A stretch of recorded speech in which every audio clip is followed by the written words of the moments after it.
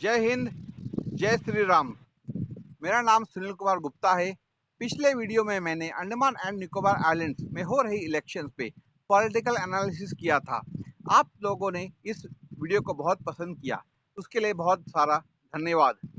Election होने तक मैं आप लोगों तक अपने विचार वीडियो के माध्यम से रखता रहूंगा।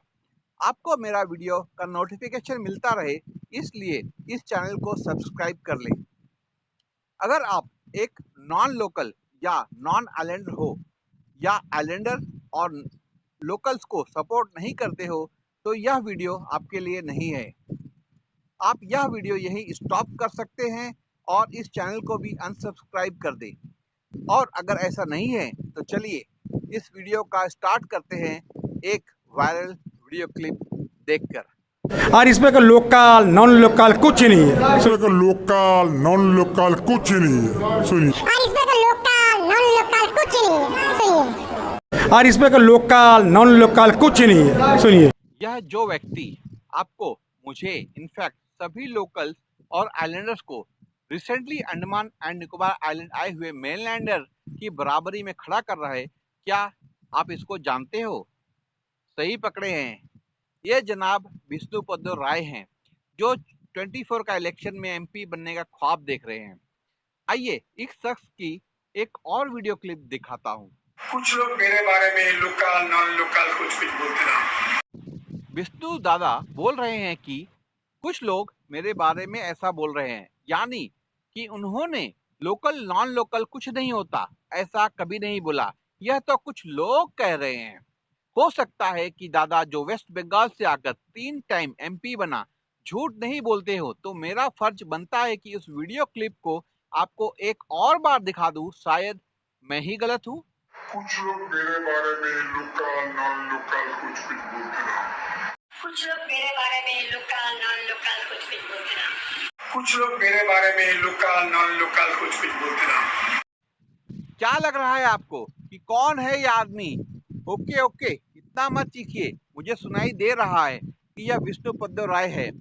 मुझे पता है कि आपको पता है, लेकिन उस बेवकूफ को नहीं पता है कि आपको पता है।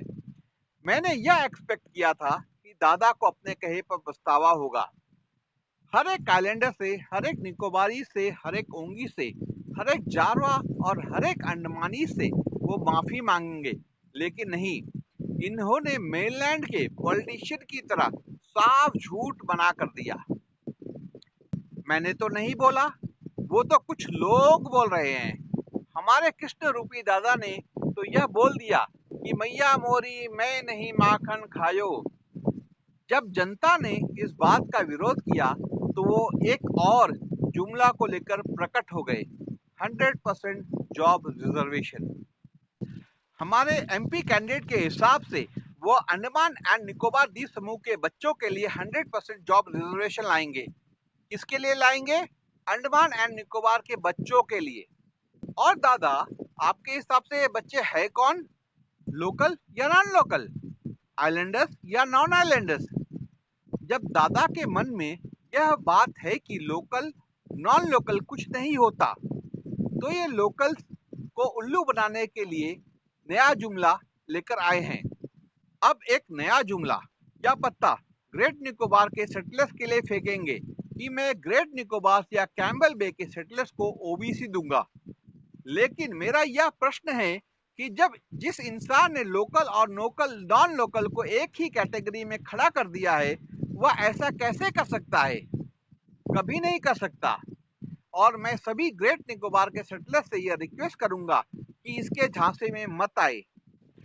आप ही बताइए, एक खराब नींबू से एक अच्छा शरबत बन सकता है क्या? और दूसरी बात, मैं कोई बीजेपी का विरोध नहीं कर रहा हूं, लेकिन यह जरूर बोलूंगा, मोदी और बीजेपी से बैर नहीं। विष्णुपद राय तेरी खैर नहीं। सेंटर में सरकार तो बीजेपी की ही बनेगी और देश का प्राइम मिनिस्टर मोदी जी ही बनेंगे, लेकिन एक लोकल होने के नाते मैं हर एक आइलैंडर से यह अपील करता हूं कि विष्णुपद राय का बायकॉट करें। एक ऐसे इंसान या आदमी जो आइलैंडर्स की इज्जत न करता हो, एक लोकल ट्राइबल्स को 10 साल पहले आए हुए एक मैनलैंडर के बराबर खड़ा करता हो, ऐसे दादा को अपना कीमती वोट न दे। और देश की चिंता मत करे, आएगा तो मोदी ही। और अगर बीजेपी की बात करें तो उनके लीडर श्री नरेंद्र मोदी जी कहते हैं कि सबसे पहले देश है, उसके बाद पार्टी है, यानी कि पहले भारत फिर भाजपा। तो हम आइलैंडर्स के लिए क्या हुआ, पहले आइलैंड फिर भाजपा। तो अगर आप नरेंद्र मोदी जी का इज्जत करते हो तो यह आपका फर्ज बनता है कि आप पहले अपने मातृभूमि को देखना है, फिर पार्टी को देखना है। और इस हिसाब से भी आपको विष्णुपद राय को वोट नहीं देना है, इसकी पूरी तरीके से बायकॉट करना है और पूरे देश में एक संदेश भेजना है पॉलिटिकल कम्युनिटी को कि हम उसे वोट नहीं देंगे, भले ही वह पंचायत का इलेक्शन हो, काउंसलर का इलेक्शन हो या पार्लियामेंट का इलेक्शन हो। यह संदेश लाउड एंड क्लियर होना चाहिए। सुना तो आपने होगा ही, 100 सुनार की तो एक लोहार का। और यह मौका आपके पास है और यह रहा आपका हथौड़ा। हमारे गणतंत्र की सबसे सुंदर बात यह है कि हमारा मतदान गुप्त होता है। अगर आप दाएं हाथ से वोट करते हैं तो बाएं हाथ को पता ही नहीं चलता कि आपने किसको वोट डाला।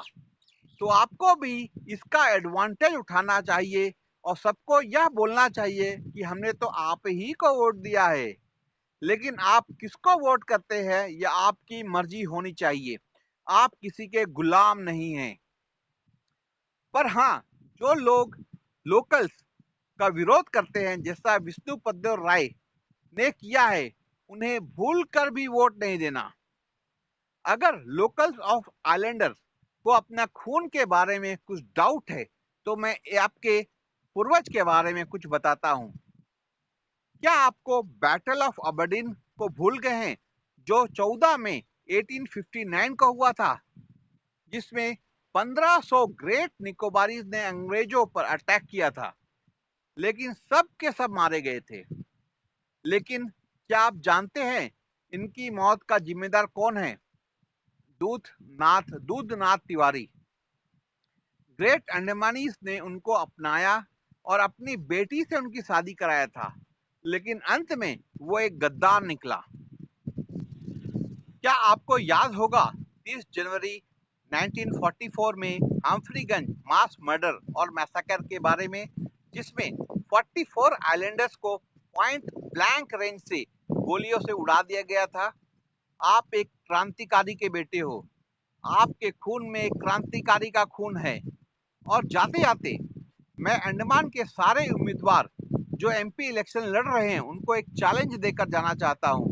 अगर आप यह वादा करते हैं कि 100% जॉब रिजर्वेशन कराओगे तो स्टेप वाइज यह बताएं कि कैसे कराओगे। एक प्रेस कॉन्फ्रेंस कर यह बताएं कि कैसे 100% जॉब रिजर्वेशन कराओगे। लेकिन याद रहे, इस बार वोट किसको देना है से ज्यादा इंपॉर्टेंट है वोट किसको नहीं देना है। तब तक के लिए जय हिंद, नमस्कार, जय श्री राम।